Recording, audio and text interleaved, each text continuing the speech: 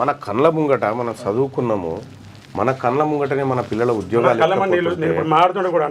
మన పిల్లల ఎంతమంది పిల్లల నోటికాడ కష్టపడి జుట్టు కష్టపడి మేము మా పిల్లల్ని మేము చదివించుకుంటే మా పిల్లలకి ఉద్యోగాలు రాకపోతే రేపు పొద్దున మేము ఏం చదివి ఏం చేద్దాం చదివి ఏం చేద్దాము? అందరు ప్రైవేట్ జాబ్లే, అందరు పిల్లలు అందరు మంచిగా చదువుకున్నాగా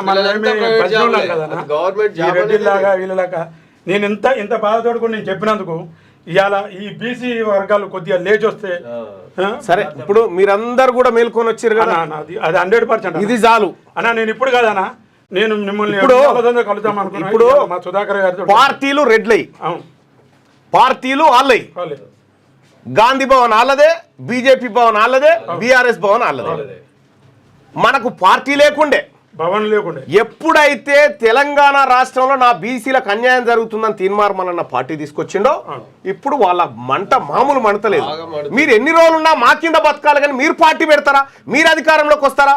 ఇంత అన్యాయం చేస్తూ ఉంటే మా నోటికాడ బుక్కెత్తగొట్టి, మా కడుపు మీద కొట్టి, మా నిరుద్యోగుల పొట్టలు కొడుతున్నటువంటి ప్రభుత్వాలను బొందబెట్టడానికి పార్టీ పెడతాం, అవసరమైతే మీ భవన్లు కబ్జా పెడతాం, అన్నీ చేస్తాం.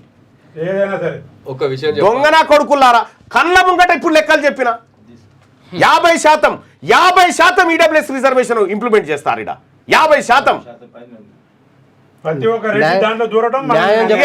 ఇక మేము ఈ చట్టాలు న్యాయాలనే పరిస్థితిలో కూడా లేము సార్. ఇక ఎందుకంటే ఇంత అన్యాయం జరిగిన తర్వాత ఇది ఒప్పుకోవడానికి వీలే లేదు. మళ్ళీ జరిగింది కూడా జ్యుడిషియరీ డిపార్ట్మెంట్, జ్యుడిషియర్ లో జరిగింది, మళ్ళా న్యాయస్థానంలో జరిగింది దొంగతనం. న్యాయస్థానంలో దొంగతనంగా ఉద్యోగాలు ఎత్తుకపోయారు. ఈ న్యాయస్థానాలు మనకు న్యాయం చేస్తాయి. చేస్తారన్న